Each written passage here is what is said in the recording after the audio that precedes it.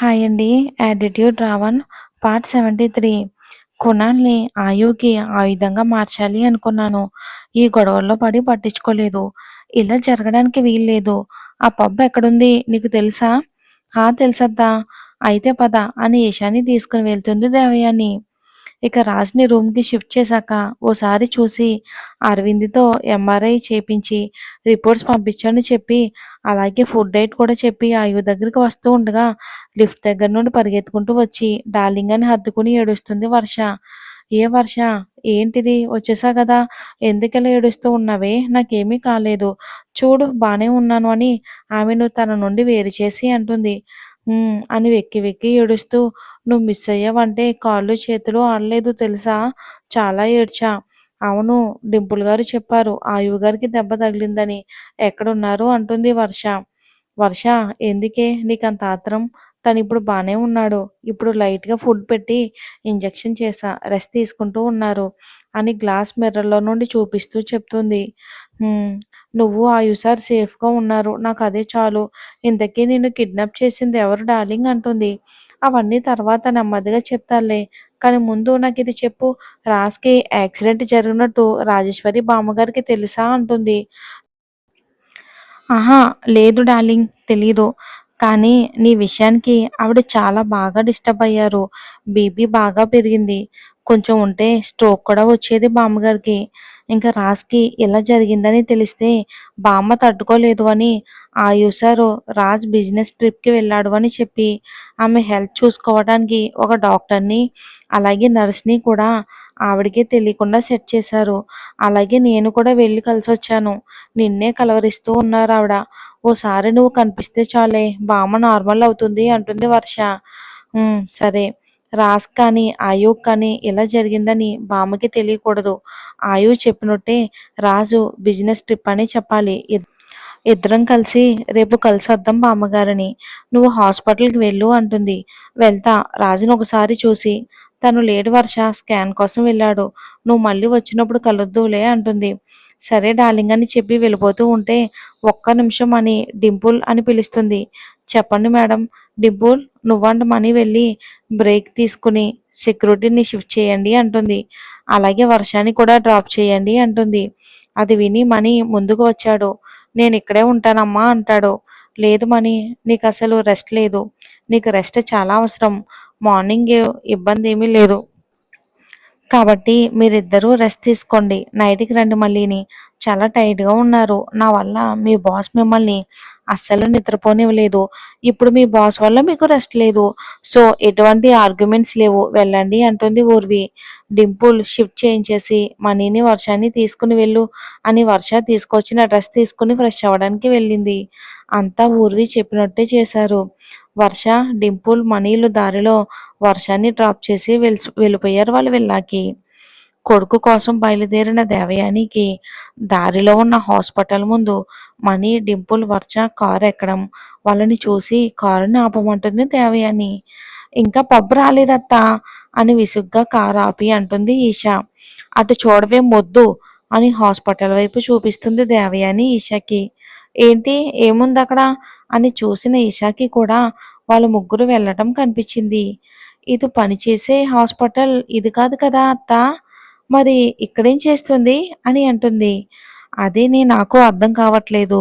పైగా చుట్టూ ఓసారి చూడు ఆయు బాడీగార్డ్స్ ఉన్నారు. అలాగే ఆ వర్షతో ఆ మనీ, డింపుల్ కూడా వెళ్లారు అంటుంది దేవయాని. అవునత్తా అవును. కానీ ఇక్కడ హాస్పిటల్‌లో ఏం పని? ఆ వర్ష ఇక్కడుందేంటి? ఊర్వికి ఏమైనా జరుగుంటుందా? అలా అయితే మన పని ఇంకా సులువవుతుంది. ఓసారి వెళ్ళి ఎవరి కంటా కనిపించకుండా విషయం ఏంటో కనుక్కొనొద్దాం పద అంటుంది దేవయాని. అత్తా చాలామంది గార్డ్స్ ఉన్నారు. మనల్ని గుర్తుపడితే ఎలా? గుర్తుపడితే పట్టనివ్వు. మనమేమి వాళ్ళకి హాని చేయడానికేమీ వెళ్ళట్లేదు కదా! విషయం ఏంటో కనుక్కోవడానికి వెళ్తున్నాం. ఊరికే కాదు కదా!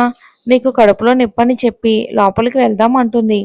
అది సరే మరి కునాల్ వాడి సంగతి నైట్ చెప్తా గానీ ఇప్పుడు మాత్రం అన్నయ్యకి కాల్ చేసి వాడిని తీసుకుని వచ్చి మీ ఇంట్లో పడేయమనని చెప్పింది. ఇక డాష్‌బోర్డ్‌లో ఉన్న మాస్కులు తీసుకుని ఒకటి ఈషాకి, ఒకటి ఆమె పెట్టుకుని హాస్పిటల్ వైపు నడిచారు దొంగల్లా. లేడీసే కాబట్టి పైగా అప్పుడే ఇక బ్యాచ్ రావడంతో ఎక్కువగా పట్టించుకోకపోవడంతో ఈజీగానే లోపలికి ఎంటర్ అయ్యి చుట్టూ గమనిస్తూ ఉంటారు.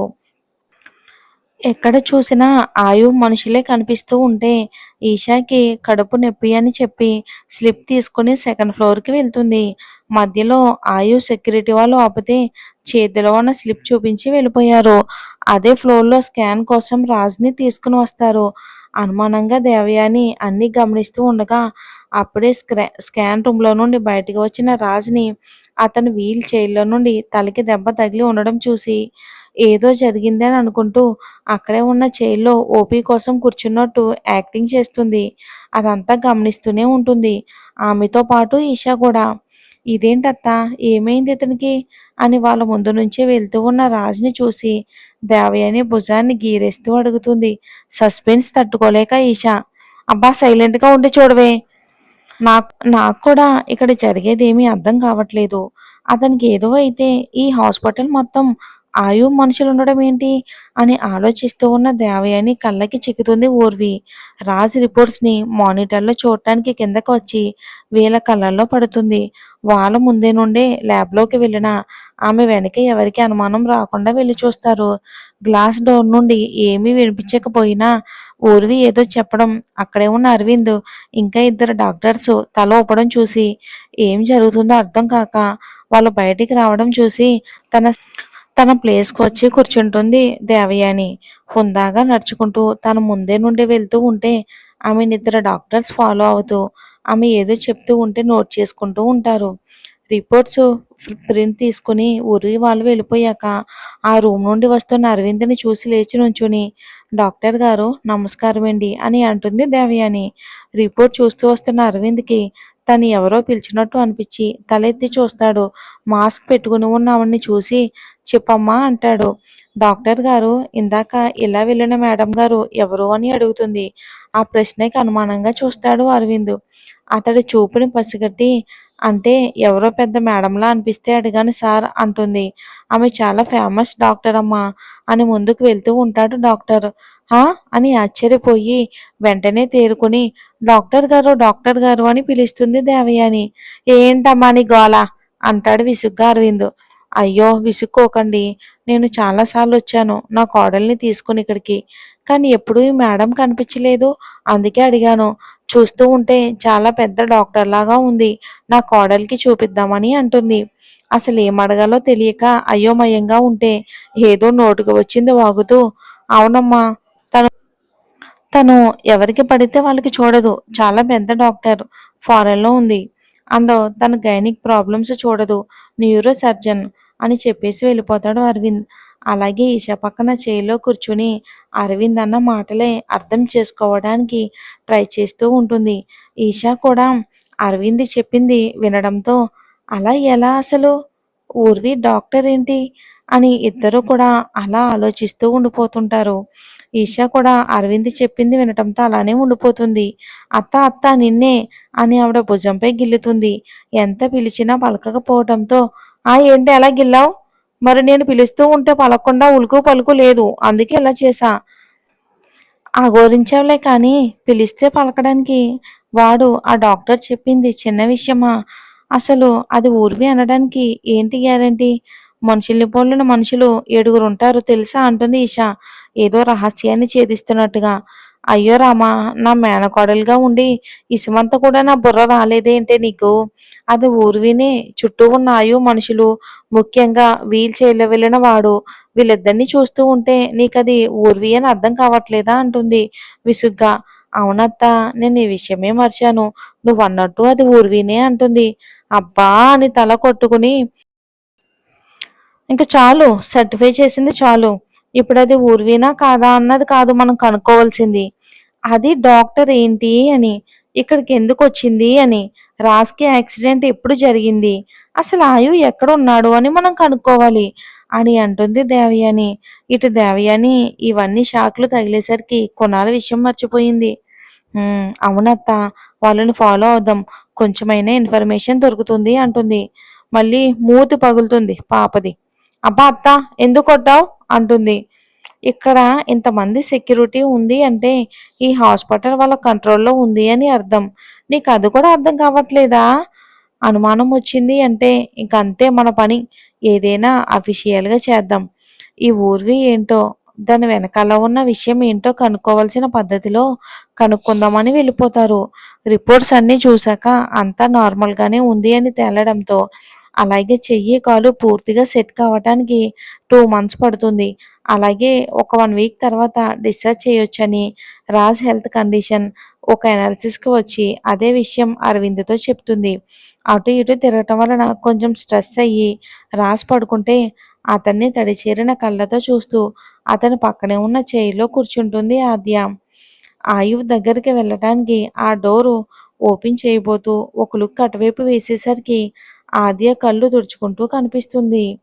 నుదురు చిట్లించి ఆ గ్లాస్ డోర్‌లో నుండి ఆద్య వైపు తదేకంగా చూస్తుంది. కనురెప్ప కూడా కొట్టకుండా రాజ్‌నే చూస్తూ ఉన్న ఆమె కళ్ళల్లో ఏదో భావం కనబడుతూ ఉంటే ఒక్క క్షణం షాకవుతుంది. కానీ అది నిజమో కాదో అని తెలుసుకోవటానికి ఇక మనసులో అనుకుంటూ దేవుడా! ఇది నిజమే కావాలి అని కోరుకుంటూ చిన్నగా నవ్వుతూ ఆయువు దగ్గరికి వెళ్ళిపోతుంది ఊర్వి. తను వెళ్ళేసరికి ఫోన్‌లో ఏదో చూస్తూ ఉన్న ఆయువుని చూసి, "ఏంటి మీరు ఫోన్ చూస్తున్నారు? కళ్ళపై, బ్రెయిన్‌పై ఎఫెక్ట్ పడుతుంది. దాన్ని పక్కన పెట్టండి. అయినా అంతగా ఏం చూస్తారు? అయినా ఆఫీస్ విషయాలు మీకు సెండ్ చేయొద్దని డింపుల్‌కి చెప్పాను కదా!" అంటుంది. ఆమె వైపు చూస్తూ తను చూస్తూ ఉన్న దాన్ని చూపిస్తాడు. అది ఊర్వి హాస్పిటల్‌లో చేసిన హల్చల్ వీడియో. ఎప్పుడు ముద్దుగా, అమాయకంగా, బిడియంగా తన దగ్గర ఉండి తన బంగారుని సూపర్ యాటిట్యూడ్‌గా చూస్తూ ఉంటే అతను ఆ వీడియో ఎన్ని సార్లు చూసినా తనివి తీరడం లేదు ఆయువుకి. అది చూసి చిన్నగా నవ్వుతూ తల కిందకి దించి, "అంటే అది మీకేమవుతుందో అని భయం వేసి అలా అరిచాను వాళ్ళపై. నువ్వలా నా కోసం చేయటం నాకు చాలా నచ్చింది బంగారు. నన్ను పూర్తి బాధ్యతగా తీసుకొని నీ వాడిగా నన్ను ట్రీట్ చేసావు చూడు.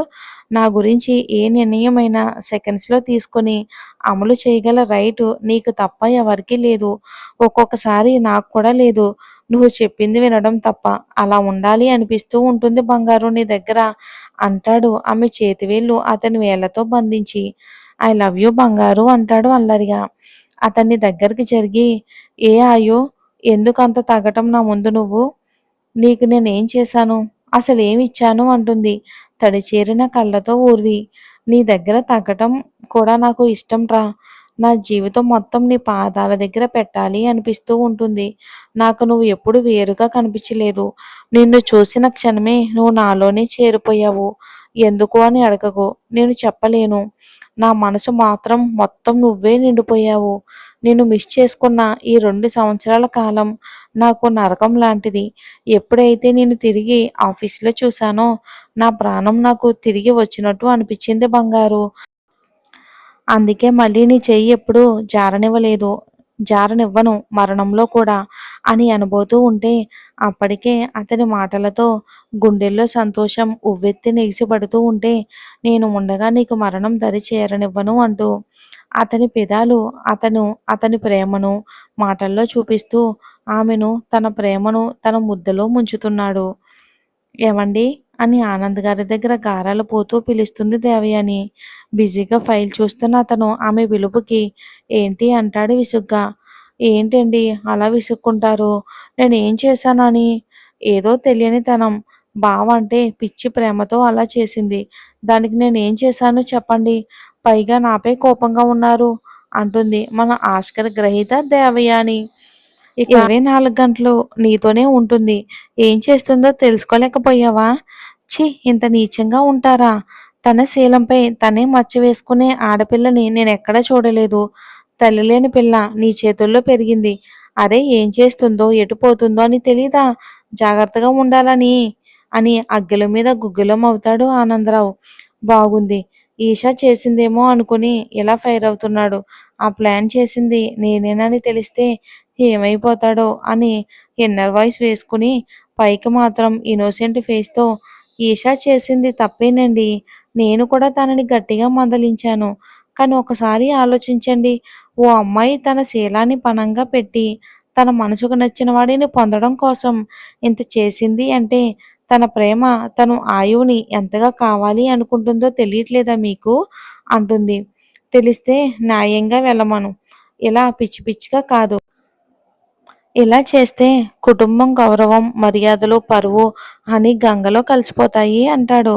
ఇంకొకసారి ఇలాంటి తప్పులు జరగకుండా చూసుకుంటాను అని అంటుంది దేవయాని. ఏంటి ఏదో అడగడానికి వచ్చినట్టున్నావు అని అంటారు ఆనంద్ గారు. మరి ఏం జరుగుతుందో వచ్చే ఎపిసోడ్లో చూద్దాం. థ్యాంక్స్ ఫర్ వాచింగ్ అండి. స్టోరీ నచ్చితే లైక్ చేసి మన ఛానల్ని సపోర్ట్ చేయండి.